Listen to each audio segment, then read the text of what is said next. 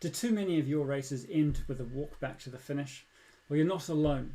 In this video, we're diving deep into why so many people have a bad race day experience, and more importantly, how we can change that for every one of your future events. Stick around because we're about to unveil the secrets to unlocking your full running potential and creating a race day experience that you'll cherish. Let's get started.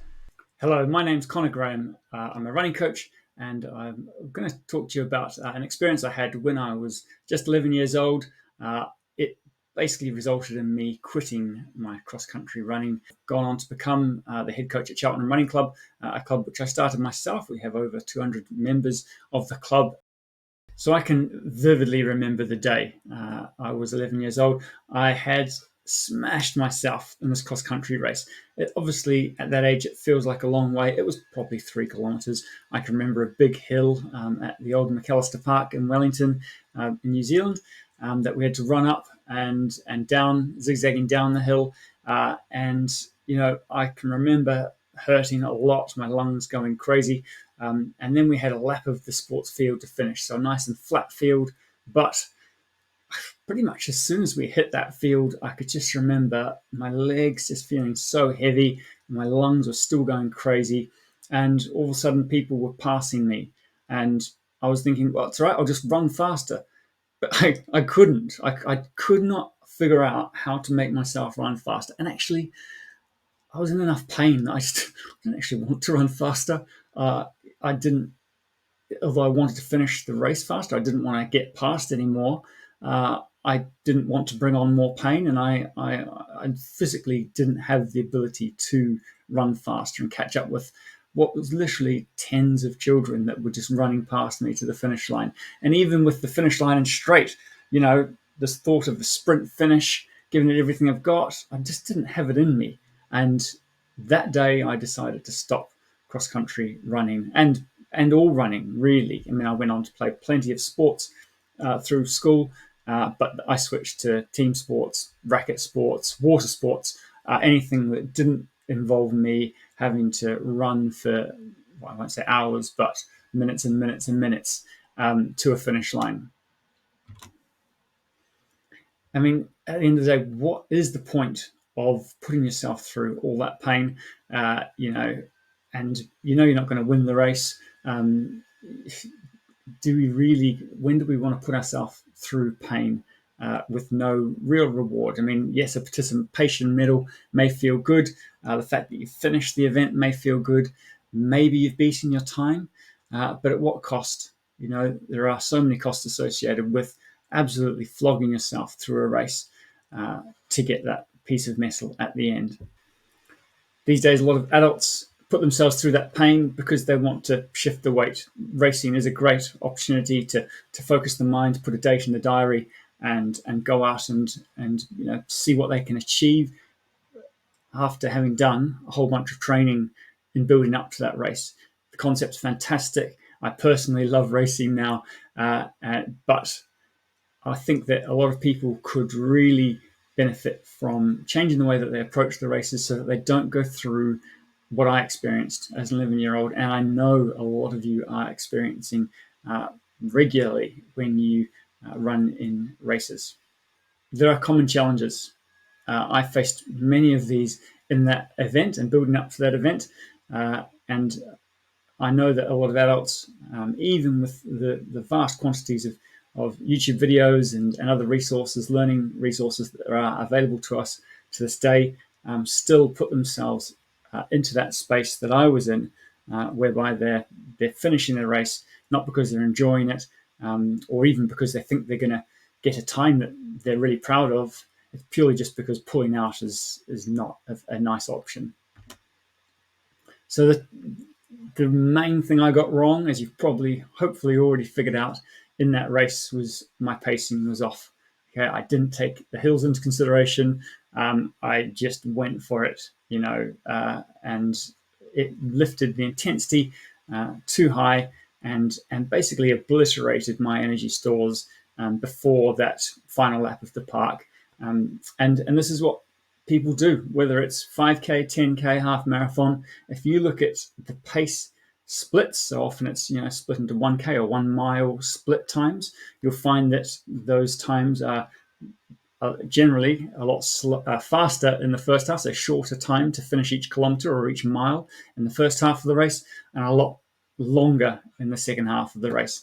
And it happens time and time again. Someone says, "Oh God, I had an awful race. I didn't feel very good. Oh, it was hot. It was this. It was that. It was hilly." When really, if they had set off at a pace that was actually achievable in the first place and stuck to that pace throughout, then they would have been able to finish faster with more energy, with the ability to speed up and actually react to the crowd's cheers. And they would have had a much better experience. And sometimes you would have done this. Sometimes you would have paced it right. But a lot of the time, what I'm hearing is that it's by accident. It just happened to work out that way. So great thing to do after any race, and you can look back through your run data, whether it be on Strava or Garmin or Runkeep or whatever app you use, and look at your lap breakdown. If you were to add up the amount of time that you spent in the first half of the race versus the second half of the race, you'll generally find that you did the first half a lot faster than the second half, especially if you had a bad experience and put yourself in that same state that I did. Clothing choice on race day, and this isn't just clothes, this is everything that we do in the build up to race day. So what clothes we decide to wear on the day. Often it starts cool in the morning, especially if we're talking about spring, autumn, even summer. In the UK, you get up at 7 in the morning for a 9 a.m. race, or even 6 in the morning. At that time of day, it's pretty cool outside, and you think, oh, it's a t-shirt, whether I'll wear a t-shirt today and some leggings or some shorts. But by the time you hit the start line, it may still feel reasonably cool. But then halfway through the race, the sun comes out, the sun is higher, especially in your longer events like your half marathon and marathon, and obviously further. The clothing you've decided to put on is just, it's too warm. It's not letting the sweat evaporate from your skin, and therefore your body is not able to cool itself effectively. But other things, nutrition, what food you eat in the morning. There's just so many things that you can do in the 24 hours before a race that lead to you not being able to, reach your potential in that event. Next big one, energy depletion. So this often, obviously, you deplete your energy during the race, but actually it is the training you've done before the race and the way that your body has adapted to that training that affects whether you have enough energy on the day, right? So if you train your body to store, I don't know, if we relate this to a car, 20 litres of fuel, but actually the race requires you to have 40 litres of fuel, you're going to find the last half of that race a lot harder, because your body has not adapted to store enough fuel to continue running to the end of the race, and especially not at the pace you're trying to hold. So even if you were to pace your race perfectly, if you haven't run enough distance in training at the right time relative to when the race is, then your body is unlikely to have enough of the right kind of energy to continue running and maintaining the speed that you've set for yourself. Injury risks. Now, the rate of injuries increases the more fatigued you are, right? So you'll often, we've all seen them, people running, you can tell they're absolutely knackered and their posture has just gone out the window. Their stride length has increased. They're lazy. I've felt it myself. My head pokes forward when I am really fatigued, and I'm no longer thinking about how I run. I'm just thinking about trying to finish the race. Bad posture, leads to bad running form, leads to niggles, leads to stress on joints and muscles that wouldn't be there if we weren't pushing ourselves with bad technique. So the more you put yourself into this fatigue, the more that you pace yourself wrong or fuel yourself inadequately, the more that you are increasing your risk of injury. So the better you prepare for a race and the better you execute your plan on race day, the less chance you are to get injured. Now, the last is just mindset. Some people, they do not consider themselves competitive. The thought of comparing themselves to other runners is not a positive thing, and I absolutely get that. And I'm not here to necessarily change that, but what I can say is that very few people go into a race these days expecting to win. You go into a race, and maybe it's that you have a time that you want to beat because you've posted a time in the past, or maybe it is just to finish the race. And what other people do is in the big scheme of things irrelevant, because unless there are people who are in that race, and maybe you have a nice little competition with them, it's actually pretty rare that someone is going to base their success in a race based on who they beat in that race. And obviously this is general population I'm talking about, not elite athletes or people in a running club that has an intra-club competition or something like that.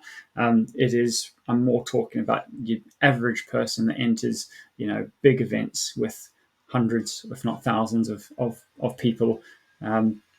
So this non-competitive mindset, it's fine. You don't have to race, but if you have a mindset more based around racing is to give me some focus and something to plan towards and something to maybe hold me a little bit more accountable, then it means that my training building up to that race is going to be better than what it was if I didn't have an event to work towards, or a day to be at my best.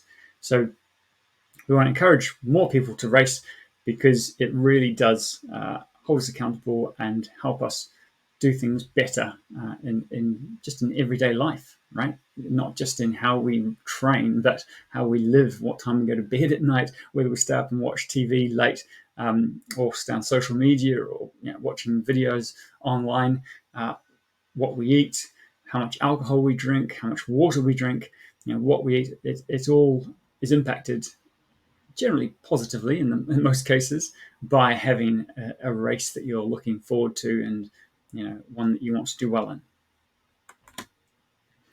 So what is the solution? Education is one thing. Obviously, learning how to pace yourself, being inspired by other people is obviously really great, and that's why the idea of building a community really appeals to me, and it's something that I'd like to do. Now, I don't know whether everyone else wants to do this, but I would hope that there are enough people who resonate with what I've talked about today, and actually whether you be someone who has had a bad experience and want to help others to learn, or maybe you've never raced before and you are thinking about doing it, but you want to learn from other people who have had experiences and are happy to help you and support you with taking on your first race or your first year of races. Maybe you're thinking about doing a marathon randomly. Being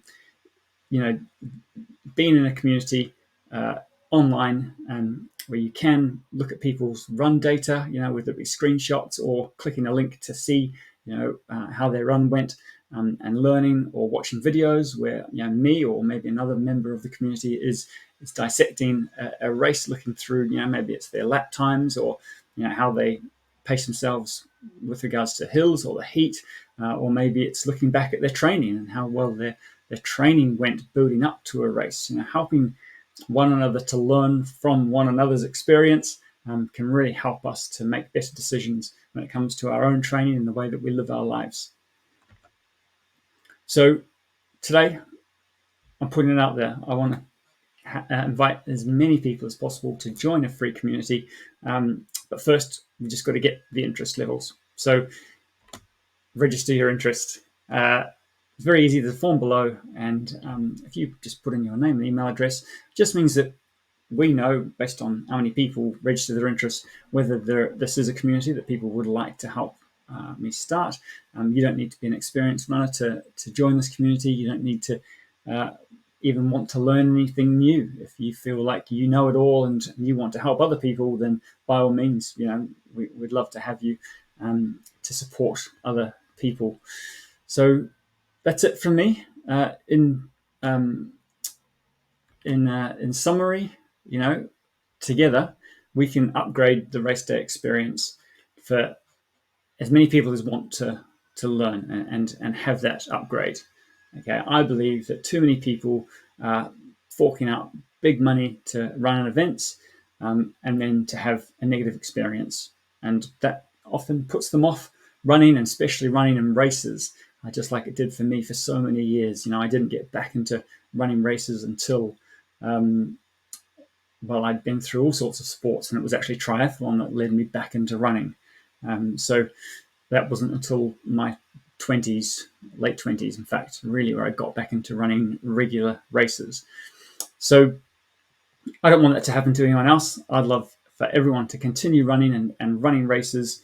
So I would love for you to register your interest now, and I'll see you in the community as soon as we launch it.